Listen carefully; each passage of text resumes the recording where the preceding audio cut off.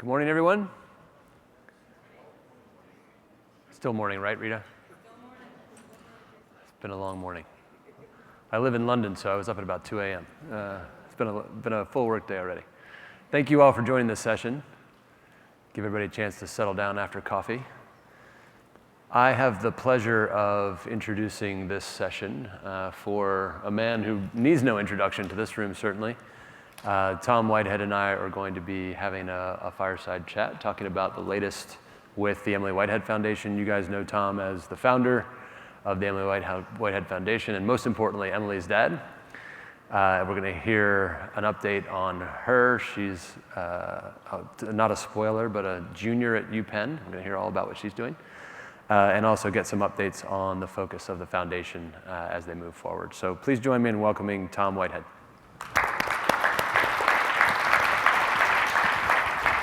Thanks, Jason. Good morning. Thanks, Jason, and thanks to all of you for everything that you do to make a difference. So I'm Tom Whitehead, the father of Emily, most importantly. I'm still president and co-founder of the Emily Whitehead Foundation. I'm still a journeyman lineman for the power company that covers high voltage electrical emergencies at home when I'm not traveling. And I wanted to give you an update on our foundation and how things are going. I know a lot of you have heard our story, but one of the most important things I like to say is when Emily got started, we were told this is the most curable kind of pediatric cancer. If you have to have a child with cancer, this is the one you want to have. This is the garden variety kind of cancer, and if you do 26 months of chemotherapy, she will be fine. And it just didn't go that well for us throughout. She had a very rough start, spent a lot of time in the hospital, and then when they finally told us 16 months in that she relapsed, that was worse than the initial diagnosis. But thankfully, when we were being sent home on hospice, we called the Children's Hospital of Philadelphia, and the CAR-T trial had opened the day before. So the best thing that I like to share with you out of that is 22 months of standard treatment that failed her twice. And then we got into the CAR-T cell trial, and even though she had to wait, at that time, 6 weeks in isolation in her hospital room while they grew her cells, she was better 23 days later. And 14 of those days she spent in a coma on the ventilator. So even though it was the toughest part of the treatment, she actually woke up on her 7th birthday from that coma. We took her home then on June 1st. And 6 months later, they put her cover on the New York Times, and we started getting media calls that day, international media attention. And with all that attention came calls from other families saying, we need help, we need hope, we're being sent home on hospice too. So we started the Emily Whitehead Foundation with the intention of paying it forward, and we've been able to make an amazing difference, and we've helped families in over 50 countries. But recently, we added permanent employees. We're very thankful to have an amazing team now with George Eastwood, who's here as our executive director. And we got to the point where it got too big for just volunteers to run it. So, and we didn't want to leave patients down. And I still take those calls weekly. I get calls from new patients. But we've been expanding our mission. In the beginning, we were just about, let's raise some funds for pediatric cancer immunotherapy, and let's activate the cure for those patients. And it's really grown into patients with all rare diseases are reaching out to us just saying, I need hope in a trial. I know, I might not have the same outcome as Emily did with the treatment, but I'm not ready for hospice. So we kind of call it, hope over hospice to extend their lives, and they want to be part of this advanced therapy revolution. So this was our old logo, and just in the last few weeks, we launched this new logo and a new era of hope is what we're calling it. And Emily and Kari are Swifties, so that was in part kind of where that came from. So we're just thankful every day that we still have Emily, and we met so many people that lost their children, and I've met so many since then that tried to get in a trial and didn't make it to to get treatment. You know, we've seen children pass away the day before, their cells are ready, or they get treated and they have an infection, and at the autopsy, they're cancer-free when they didn't make it. There's a new vision we have of activating cures, so countless more individuals like Emily can survive and thrive. And when I say thrive, a recent project we did to bring more attention to your industry, the IMAX production company reached out to us here a few years ago and said, we want to do a movie called Superhuman Body World of Medical Marvels, and we'd like to feature Emily's story in it. And I had told Emily when she was getting better that I knew how to scuba dive, and I would put her in the swimming pool. And I said, someday I hope we can scuba dive together.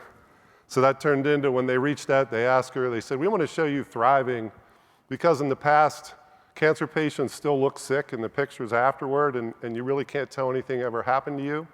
So in that conversation, she said, I'd like to learn how to scuba dive someday, and I like taking pictures. So they said, well, why don't we do both? So I got to take her and get her certified with 2 friends, and then be on set in Mexico for 10 days, and they filmed us scuba diving together. And that film currently is in IMAX theaters, and it's doing so well. They already have funding for a sequel, but it's just to share with the world about the advanced therapies and modern medicine breakthroughs that are happening. So ours is like one of 4 stories. So for me, that was very emotional. I have a picture putting Emily in the pool when she was learning to walk again, and then being 75 feet down with her in the Caribbean. It was just like a full circle moment. I'm going to keep moving forward so I don't eat up too much of our time, but we're definitely doing a broader disease focus now. Something that inspired me to do that is when Victoria Gray got better. That's the first sickle cell patient. You know, she's the Emily of the sickle cell, the new treatment, and she wanted to meet Emily and reached out, and we did a video chat with her, and now we're very close with her and trying to help her. But, you know, we get calls from these patients, and we're just trying to make sure if there's a new trial out there that some of you are working on and you're looking for the patients that they get to you. That's all they're looking for, is that hope, and they're very thankful for what you do. And we try to be here, and Victoria tries to be here, so we're putting a face to all your hard work, because a lot of you don't get to meet the patients that you're helping. So one of our things that we do to try to help you all meet more patients is we throw a Believe Ball for our foundation. That's going to be every year starting September 25th of 2026 at Crystal Tea Room in Philadelphia. But the last one we had over 30 patients there, and people from your industry come, and it's all about the patients that night. And that came from Emily saying to me, you know, when we go to events, I get to meet people from Hollywood and celebrities, but what about all the other patients? So we make it all about them, and then you can get to go that night and have a great evening, and we raise funds to continue our mission, and you get to meet the people that you're saving. So I'm going to stop there as far as my talk and join Jason to share a little more with you about Emily. But I just want to tell you all to take the time to come and listen to us talk. That from our family and from all the patients out there that you're giving hope to, so they can thrive after their treatment, that we're all very thankful for you. So thank you very much.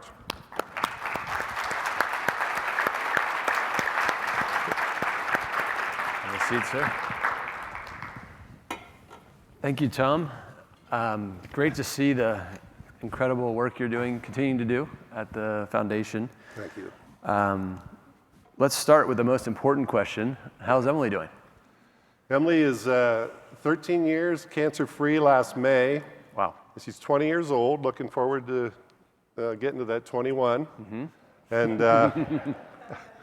And she's a junior at the University of Pennsylvania, and she just mentioned to me recently that she's going to, around this time next year, she's going to apply to grad school. And she's studying English and creative writing. She's a very talented writer. And then photography is her minor. Yay. Yeah.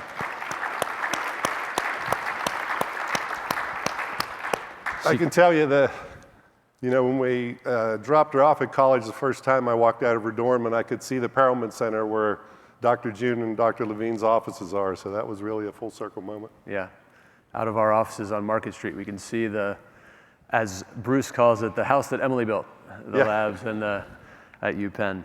Well, amazing news, and Emily continues to be an inspiration for everyone in this room and all the patients out there that are struggling with these diseases. Love to dig in just a little bit more on the foundation.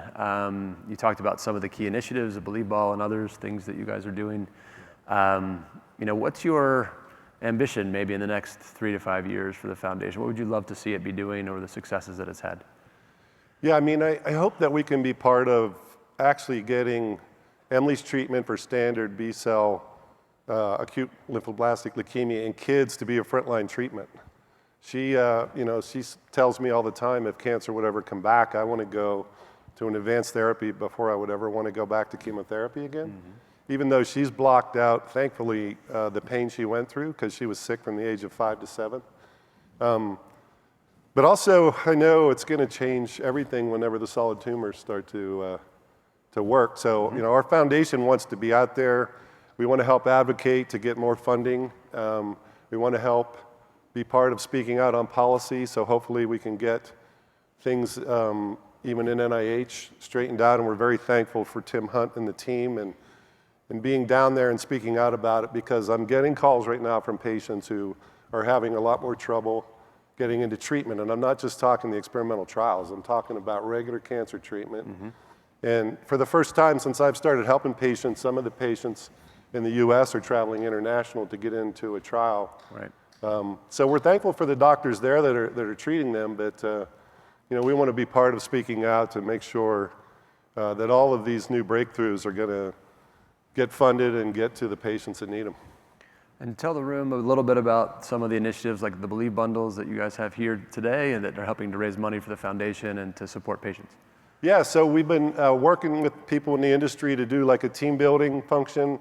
We have some here today, so if you see our Believe bundle bags, if you write a positive message on there, we decorate the bags and then we actually fill them with stuff that's needed by the patients when they get to the hospital. And that's not just children, that's adults too.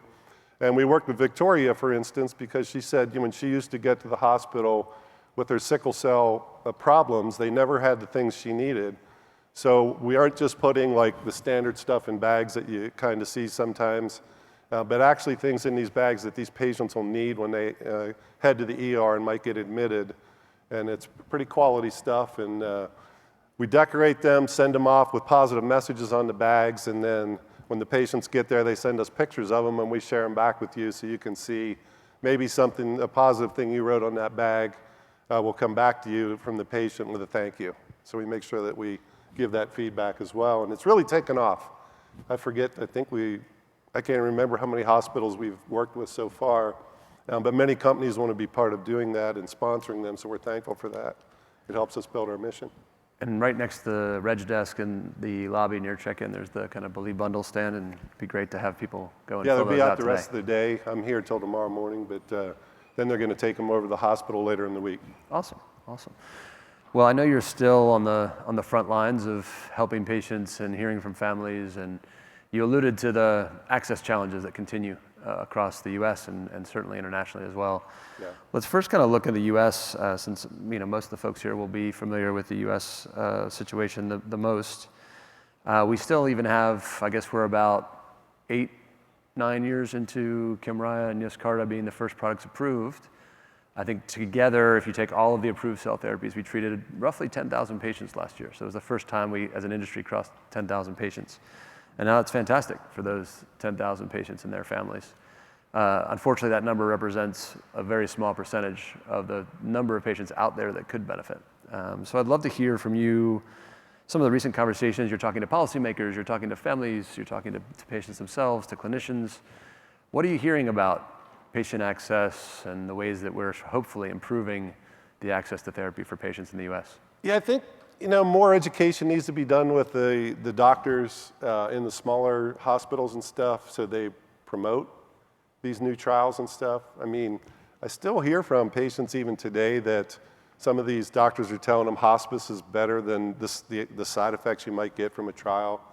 That's really tough to hear.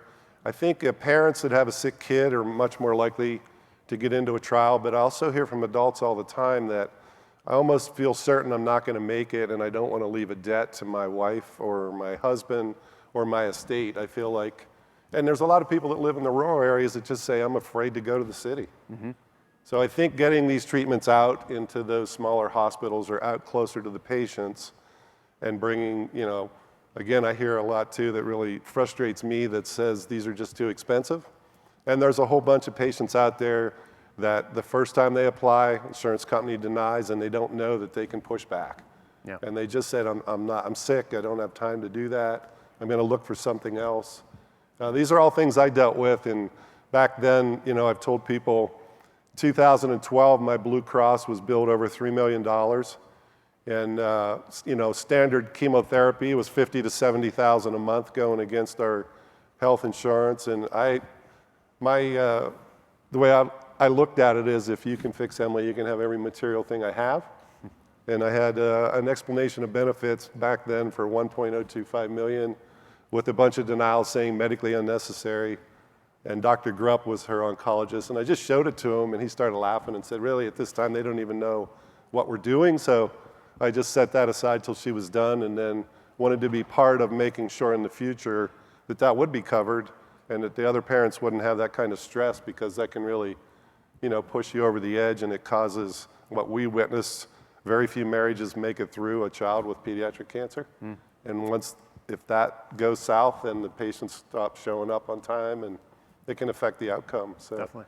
We had a great oncology nurse on day one to come in and said, I'm tired of watching all these couples break up, so you two are going to remember to date while you're going through this, and you're going to leave the hospital sometimes. And we're still friends with her, and that was great advice to us, because we just decided, Emily started May 28th of 2010, and June 11th I was told that Emily has infections in both legs and we might have to amputate both her legs, and I need you to sign this consent right now to amputate in surgery. So they saved her legs in there, but that's how we got started. We went from, I say, being devastated on day one, walking into the cancer floor, thinking, how can we be here with our only child, to 3 weeks later, we're celebrating getting back to the cancer floor, and she had both of her legs still coming out of the intensive care unit. So Yeah. anytime you think you're having a bad day, it can always get worse. I don't know if Joe DePinto's in the room. I think McKesson put a report out this morning showing that 66%, I think was the statistic, of community cancer doctors thought that cell therapy was too risky and too new to replace the current standard of care. And the people in this room who live it and breathe it every day think, well, at least I can speak for myself, think that's ridiculous. But it is the status quo. It's where we are in the evolution and the journey of advanced therapies. So I think your experience from 13 years ago, unfortunately, is what a lot of parents and families continue to experience, today. And is there a recent family sort of anecdote that you've had an opportunity to talk to families recently about this? Yeah, a couple. So we were at the Merkin Prize Award in Boston last week when Dr. Carl June and Dr. Bruce Levine were awarded that award. It was very humbled and honored for us to be invited there, but we went along. But there was an adult couple there, and I think the husband's name was Tim Dorfin, and he spoke and his wife spoke, and she said, my husband was in the ICU dying from his disease, and I read about Emily.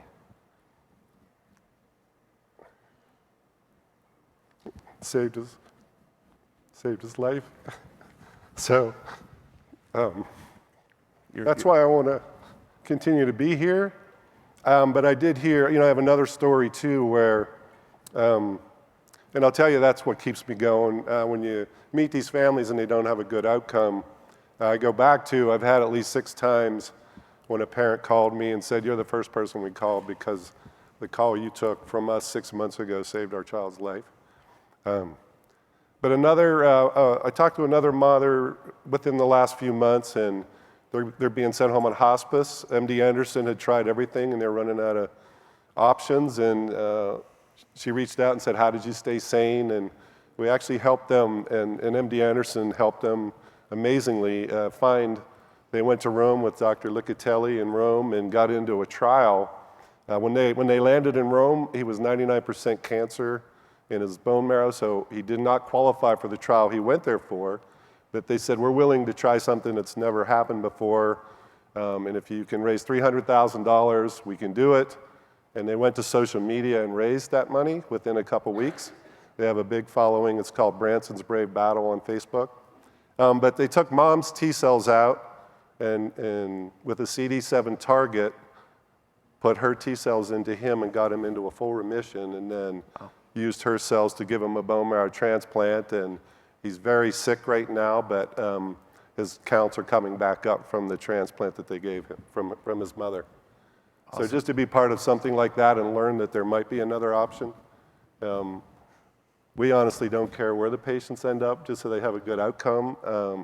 And I had a mother from Australia in the last few months, tried to get her son into a trial in the United States, and with everything going on, when all the funding was being stopped at NIH, they're just being told that there's a wait list, and we're not even sure what to do right now. And she ended up taking her son to Shanghai and got in a trial in China. So, but that creates a whole other list of problems, that you don't think of until you get there. But sure, she's in the same boat, just whatever can give him another chance or give him hope. Well, I continue to be in awe of the work that you do, fielding calls from parents on the front line. The numbers we hear in the U.S. are 20% or so of patients get access who are eligible. I think internationally it's less, it's about 5%. Some countries don't have access at all. So what do you tell those parents, who call you? I know you get calls from all over the world, from South America, from Australia, from, wherever. What are you hearing from those patients that are in other areas outside the U.S.? I would say right now, so something that happened in the past, I spoke with mothers in South America on video chat or sobbing because they said, I can't even afford the visa to travel, and my child could easily be saved by this. I went to Carl June and Dr. Grupp and them and said, we got to do something. And that actually led to them, traveling to Brazil and helping get it open in Brazil. So we're very happy that some of those patients can now at least get to the treatment. But there's still, I was told recently that this year, Penn is treating about 3/4 of the cancer patients overall that they usually treat. So that means it's a lot harder for everyone right now to get into a top center. So we're trying to speak out and do whatever we can, and have offered to go to the White House and do whatever we can to share our story and show, that led to so many good jobs in the industry and this whole revolution going on. And when it gets funded and people can do their job and not worry about the doors closing from running out of funding, that many more patients would be being saved today if we can get that straightened out. And you've been having some recent conversations with funders and policymakers, NIH, et cetera. Yeah. What's the latest from the most recent conversations you're having? Well, I agree with what I think I heard you say to me, and Tim spoke about, that all of a sudden there's some positivity coming back and like a light at the end of the tunnel of where everyone was so afraid to move forward or do anything now. And it's nice to hear the new administration speaking out that they want to support it, but we got to see action with that and get it to happen, because there's a lot of patients, even in the United States, that aren't going to go international to try to get that treatment. So we need to get all these breakthroughs and amazing work that's going on here in the United States. We got to get more access to those patients. And I've seen behind the scenes, like what you guys are working on, and Brian Fest's team, and a lot of you in here, to make it much easier, much quicker. I've heard people talking, with less than 7 days, vein to vein. That alone will save a lot of patients. Well, and then bringing the cost down, I think, will help a lot, to where a lot of the other doctors that won't promote it, I think, would go to that if it was more economical. Yeah, bring it into the community, certainly. I'm going to try and save 5 minutes for the audience to get a chance to ask you questions. I'll ask you one more, and then we might take questions from the audience. But what can we as an industry, as people who are, spend our whole days, 24/7, 365, supporting cell and gene therapy, thinking about how we can solve some of these challenges, how can we support you and the foundation in what your ambitions are in the short term? Well, I've heard from many companies that did attend our gala that it really changed the culture of their company when their people that get to go come back and say, now I see what all the hard work and all the paperwork and the red tape behind the scenes is worth it. So yeah, anything you can do. I still work full-time in the power lines. My wife still works full-time at Penn State University, but we do have full-time workers now working on it. We have a great team. But also, I just want you all to know, I've been at conferences like this and then helped someone in the conference audience get their family members or loved ones into a trial. So we're doing everything we can to make sure that people that need hope find it. But we do runs at some of the conferences, and anything you can do to support our efforts is much needed. Yeah. Because not only are they having trouble with funding all these treatments right now, but it's probably the hardest we've had to raise funds ourselves. So, but we're going to just keep pushing forward and doing what we can, because I still wake up every day with Emily, and I know a lot of parents would give anything to have one more day. Of course. Well, I know the foundation has an ambitious agenda or a goal for this year, $1 million of fundraising. Hopefully some of us in the audience can help in our own way, whatever way that is. I know I very slowly ran a marathon for the Emily Whitehead Foundation. I know you guys do that kind of work. You have a golf tournament. There's some other ways that people get involved. So hopefully we'll be able to continue to support the foundation and its activities over the next year. Yep, thank you. If I can ask, anyone in the audience have any questions that you'd like to ask Tom? I think there's going to be a roving mic, and we can come to you and ask a question. Just maybe put your hand up. What a great interview. Tom, every time I'm even close in the same state as you, I get so inspired, and I feel guilty. Might be that Catholic guilt. I'm not doing enough. What can KMAC Foundation do for you? I have an idea, if I can spitball. The Believe bundles are really important to Phoenix Children's. I have the distinct pleasure to be on the board with Dr. Mario Otto for the Center for Cancer. Phoenix Children's is an amazing place. I would be willing to match every Believe bundle in this room if you commit to supporting the cost of a Believe bundle. Would you do that for Tom? Thanks, Lynn. Thank you. Are you in, sir? Are you in? Thank you. Are you in? It's hard for us to see out there. I know. Audrey Greenberg, are you in? I know she'd say yes for me. Anybody else? You guys, I don't mean to take over, but we have a problem in this industry. Tom, respectfully, he doesn't raise enough money. We can't keep doing this. Anyone want to raise their hand, or is everyone too afraid? Absolutely. Don't be afraid. I certainly will. What is the cost? What is the cost, Tom?